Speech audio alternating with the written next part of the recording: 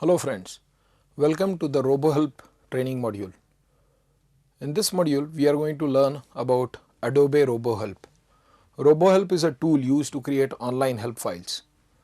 Before we start with the description of RoboHelp, let's talk a little bit about online help and why is it required. So let's look at the history of online help. I am going to use the whiteboard. So you would know that computers were developed and then people started working on those computers. Now for a long period of time, computers were actually used by the same people who had developed them. Those were the days that computers were used in research labs, they were used in universities, they were used in, let's say, astronomical calculations and applications like that. Till that time, computers were not used by people who had not programmed them. So these were the people who had developed the programs on computers, they would run them and so on. So naturally they already knew how the system or that particular application is going to operate. But things changed. So afterwards you had, let's modify this diagram a little bit. Afterwards you had one person who had developed the application, but on the other hand you had a user who is going to use it. So somebody has developed it and now somebody else is going to use it. So it becomes very essential that the knowledge of this person be transferred to this person. How can that be done? Simple. You generate documents, record information, prepare documentation, hand it over, which was the very natural step and was also done. So you had documents where all the information about the application was stored and it was transferred to the users. But then somebody thought, if we are having computer as a medium, that's where the application is being installed, why write a separate document and give it separately? Can we give the document also in the online form? Because many times when the application is there, the document is not there, or vice versa. So if we give the document on the computer itself, then at the same time, whenever the software or the application is available, the document is also available. So they started doing that. But then somebody even went further and said that can we link the application with this document and make it online sensitive. So if I am in a particular part of that application, I should get information about that particular part only. This is called as context sensitivity. So can I develop a context sensitive document? And then they started calling it as a help file. Help file is something that will help you to use the application. So help files became a commonplace and then we started getting help files. Now let me tell you quickly about how help files themselves have developed. Some of you may have worked on computers which used to run an operating system called as DOS or a disk operating system. So we had a DOS system, and DOS system would typically run only one software or application at one time, and these applications were text based. You did not have the GUI or the graphical user interface. You mostly had text and you had lines grouping those texts or those fields and so on. You could not click, mouse was not there, and after some time they invented the mouse, but the application was still character based. So during that time they started giving the help in the form of what today we call as text files. So these were individual separate text files which were given with the application. So let's say my application actually has 4 screens, then I may actually write the help in the form of 4 text files.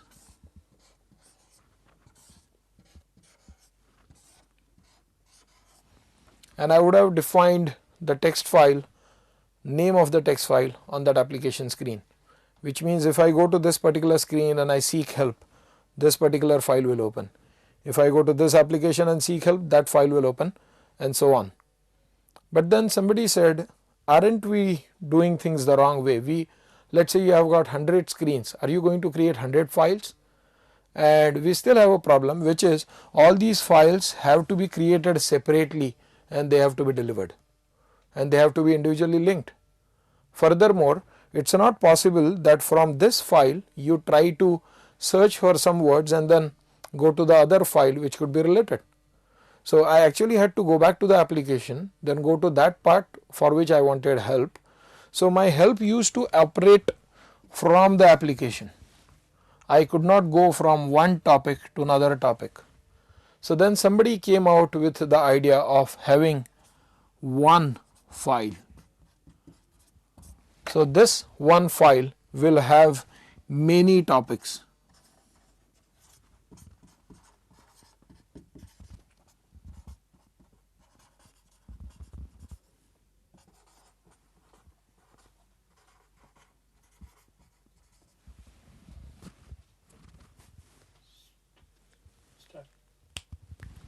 So somebody came up with the idea of delivering only one file and calling it as a help file. Then this one help file will have a number of topics. These topics will be linked to each other, they could be searchable and they could also be arranged. Now a printed document cannot be searched by typing anything because it is a printed document. However, since here this document is now online, it should have been possible to search it. So now that gave rise to the first help file. Simultaneously the operating systems were getting developed. So Macintosh came out with Mac operating system and then Microsoft came out with Windows operating system. So we will look at that in a little bit more detail now. Let us now look at how the help files have developed. So let us first look at Windows 3.1 over here. Windows 3.1 was not really an operating system. It was what we call as an operating environment, but it was GUI based. You would probably know what is GUI. GUI stands for graphical user interface. So Windows 3.1 was a GUI based operating environment, and when you had a GUI based system, it enabled you to create a GUI based application. So that was the first time you would have a mouse pointer going over the graphical interface and so on and so forth. So that was the time the computer systems moved away from text based interface and forever into graphical based interface. At that time we used to have a help file. The extension of that file was .hlp. A .hlp help will show you topics in a particular window, and it would also have a contents topic, but the contents topic actually ended up being a topic with link to the other topic or a topic with links to all other topics inside. It was possible to organize topics, but it was only possible to organize them one below the other. Very soon Microsoft launched Windows 95 and NT. Now Windows 95 and NT were much more improved operating systems and were very stable. Windows NT and 95 contained the .hlp file. They also contained what we call as .cnt file. So when we had to ship this type of help, we had to send one file with extension .hlp and another file with the extension .cnt. Without the .cnt file, you will also be able to open .hlp file, but then you will not see the organization. So you can simply say that the organization of the topics was stored in the .cnt file. After that we had Windows 98, and Windows 98 had a much better and matured interface of online help, because Windows 98 gave you an opportunity to simultaneously view the organization as well as the topics. This was not possible earlier. So in Windows 98 help, which is called as a .chm help for compiled Microsoft help or compressed Microsoft help.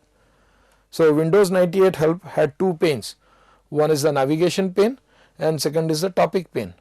So in the navigation pane I could see the organization of the topics, and in the topic pane I could see the selected topic.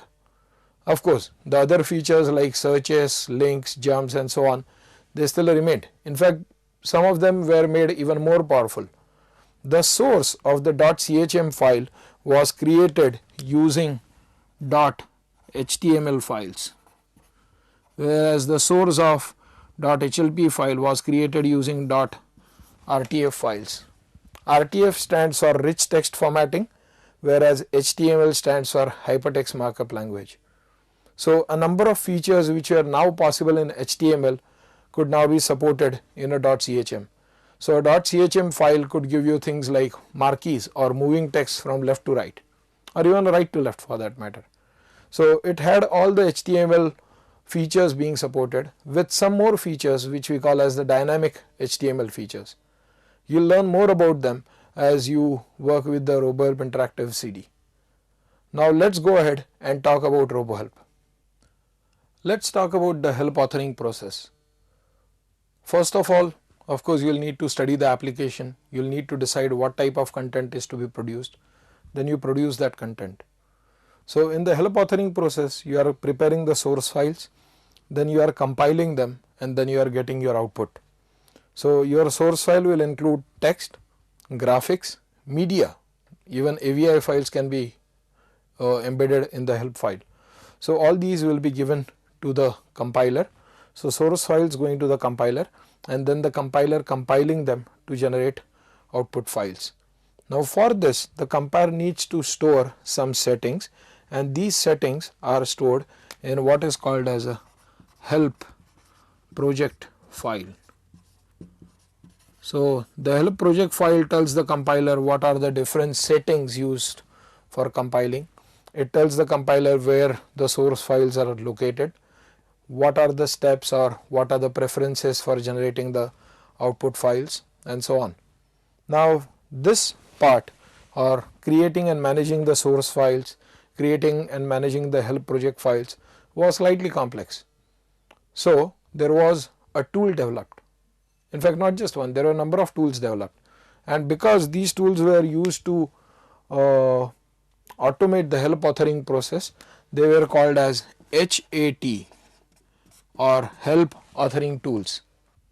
Since these tools were helped to automate the help authoring process, they are called as help authoring tools, or HATs, and there are many of them. So RoboHelp is one of them. There is one more called as Doc2Help. Then of course you have got WebWorks.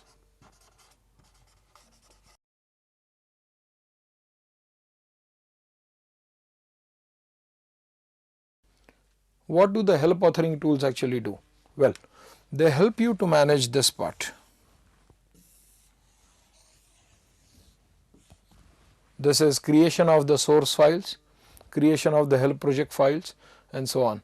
They even manage the compiler to some extent. So the compiler is not inside the help authoring tool. The compiler is actually a Microsoft help compiler. So the compiler is prepared by Microsoft, but all the help authoring tools can work properly with the compiler, and the language that the compiler uses or understands is slightly complex. So the help authoring tools directly create the help project file in the language that the compiler understands by asking you a number of questions. The help authoring tool is giving the value or settings to the compiler based on a number of questions that it asks you. So you will see a list of questions, and when you answer them, the help authoring tool is automatically preparing the help project file based on your preferences. These preferences are then passed on to the compiler. So when you give a command, say compile, then the help authoring tool is handing over all the control to the compiler. The compiler generates your output file, and the help authoring tool can even help you to open the file. So as a technical author, you don't really have to create the source files and hand code them. You don't really have to work with the compiler. There is a help authoring tool that sits here and does everything for you. So this is the help authoring tool. It's your interface between the rest of the components, for example creation of source or using the compiler and so on. Tools like RoboHelp have inbuilt text editors that allow you or enable you to create text in HTML format. They have what we call as HTML editors that can be used to write the text that you want. So RoboHelp is a help authoring tool. Let me tell you a little bit about RoboHelp. RoboHelp is a help authoring tool. It was developed by a company called as Blue Sky Software. This company later on became eHelp Corporation. Subsequently, eHelp Corporation and the tool was bought over by Adobe. So now RoboHelp is a Adobe product. In fact, there was one more very useful utility that eHelp Corporation had made. It was called as RoboDemo. Now that utility has been converted into a very powerful full-fledged product, and it's called as Captivate. That's one more tool that you may want to learn as a technical writer. TechnoWrites has a separate training course for Captivate. If you are interested in buying it, let us know. Let's come back to RoboHelp. So what is really happening here? RoboHelp gives you a text editor and it has a backend interface with the compiler. So it asks you some questions. Based on the answers that you give, it creates a help project file. That project file specifies the settings of the help to the compiler. Then you create the source. Within that source you are going to embed your images, your text, maybe if you have any media files. You can give your special HTML effects like marquee or dynamic HTML effects and so on. And then you simply give a command, say compile. When you say compile, the compiler will take charge of all the source files and it will compile the output and give you the output files, which could be a .chm or a .html file. Now, after the compiler has compiled the files, the compiler also gives you a list of errors and notes or warnings. These errors are shown to you by RoboHelp so that you can debug them, and if you have made any mistake in the source files, you can go back and change them and then you can create the help once again. How do I look at RoboHelp? Well, this analogy may help. Let's say I go to a tailor to stitch clothes for myself. Obviously, I have to go and I have to take my material with me. So I'll probably go with a shirt piece or a pant piece and I say that, sir, I want to stitch a good formal shirt for myself out of these clothes that I have. Now the tailor is going to take my measurements. He is going to ask me a number of questions. How many pockets do I want, whether I want an open pocket or I want a flip on that. He is going to ask me questions like, this is a party wear or formal wear. Are you going to wear a tie? Do you want a button down collar, and so on. He may even ask me questions, similar questions about my trousers. Do you want a watch pocket? Do you want cross pocket or straight pocket? Are you going to wear shoes on this? And a lot of other questions. Now based on the answers that I am going to give him, he is going to make some markings in his notes. Based on all those measurements that and notes that he is writing down, which are cryptic to me because I cannot read and understand them, he is going to cut the material that I have given him, and then he is going to use some of his material to deliver me the clothes. So he is going to cut it, then he is going to pass it on with instructions to his team. His team is going to stitch all that. Then I may be required to take a trial, and then finally it is delivered to me. Similarly, RoboHelp collects information about the type of help project you want. It asks you a number of questions. Based on that, it creates its own settings. It has got an editor which is a very rich editor because it has its own collection of buttons and things like that. So when I go to my tailor, I go just with the shirt piece. I don't go with a button or I don't go with a thread. That is something that he is already supposed to have. Similarly, RoboHelp has a library of buttons, icons, graphics that you can use while creating the topics. In a way, RoboHelp is your agent or RoboHelp is your tailor. He is going to coordinate with the compiler and you don't have to think about how exactly it's being done. You have the complete freedom of concentrating only on the content and not bothering about the backend programming side, which the compiler is very particular about. RoboHelp helps you to do this very easily. It's an award-winning product and it's a very popular product. With this, we complete the basics of RoboHelp. I would now suggest you to go ahead and work with the CD and do let us know if you need any help. It's mp@vsnl.com, my email address. Take care.